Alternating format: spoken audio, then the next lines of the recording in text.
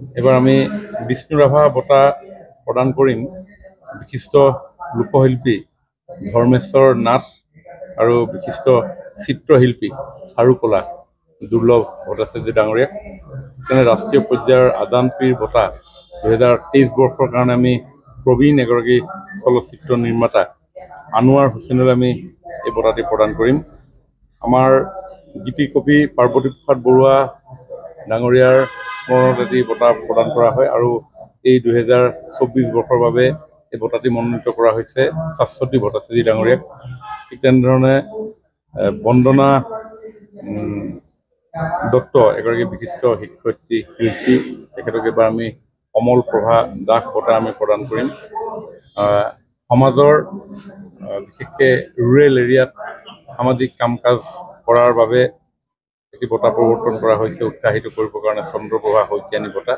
এই বঁটাতে আমি প্ৰদান কৰিম এবাৰ ডক্টৰ সুনীতা চাংকাকতিক আৰু মামণি ৰয়চম গোস্বামী ডাঙৰীয়ানীৰ সন্মান জনাই এটা বঁটা প্ৰৱৰ্তন কৰা হৈছে বিশেষ সাহিত্য ক্ষেত্ৰখনত বিশেষ বৰঙণি আগবঢ়োৱা ব্যক্তিক এই বঁটা প্ৰদান কৰা হয় আৰু এই বঁটা আমি এবাৰ প্ৰদান কৰিম ডক্টৰ কৰবী ডেকা হাজৰিকাক। আৰু শিক্ষাৰ লগতে সমাজ সংগঠনৰ কাম কাজত জড়িত থকা ব্যক্তিসকলক উৎসাহিত কৰিবৰ কাৰণে এটা আমি বঁটা প্ৰদান কৰোঁ, সেইটো বীৰ ৰাঘৱ মৰাণ বঁটা। সেই বঁটাটি আমি এবাৰ প্ৰদান কৰিম জীৱেশ্বৰ মোহন ডাঙৰীয়াক। আমি সকলোৱে জানো গণেশ গগৈ অসমৰ এজন স্বনামধন্য ব্যক্তি। সেই বিশিষ্ট ব্যক্তিগৰাকীৰ স্মৰণত এটি বঁটা প্ৰৱৰ্তন কৰা হৈছে, এইটো গণেশ গগৈ বঁটা। এবাৰ সেই বঁটাটি আমি প্ৰদান কৰিম বিশিষ্ট কবি আনি নেওচ জামান ডাঙৰীয়াক। ঠিক তেনেধৰণে সাহিত্য ক্ষেত্ৰত আৰু এটা বঁটা আছে, সেই বঁটাটো হ'ল আহমদ আলী বাছকাণ্ডি বঁটা। এই বঁটাতে আমি এইবাৰ প্ৰদান কৰিম তৰেণ চন্দ্ৰ বড়ো ডাঙৰীয়াক।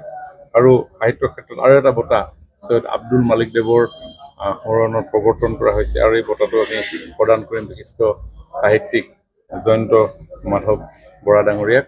সকলোকে আমি অহা 20 তাৰিখৰ দিনা দৰং কলেজত ৰাজ্যিক পৰ্যায়ত অনুষ্ঠিত হ'বলগা ৰাভা দিৱসত এই বঁটাসমূহ উপস্থিত থাকিব।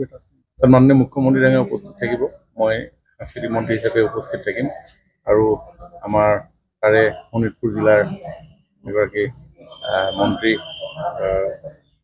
অশোক সিংহল ডাঙৰীয়া আৰু অসমৰ বিভিন্ন প্ৰান্তৰ পৰা বিশিষ্ট ব্যক্তিসকলক আমি তালৈ আমন্ত্ৰণ জনাইছোঁ।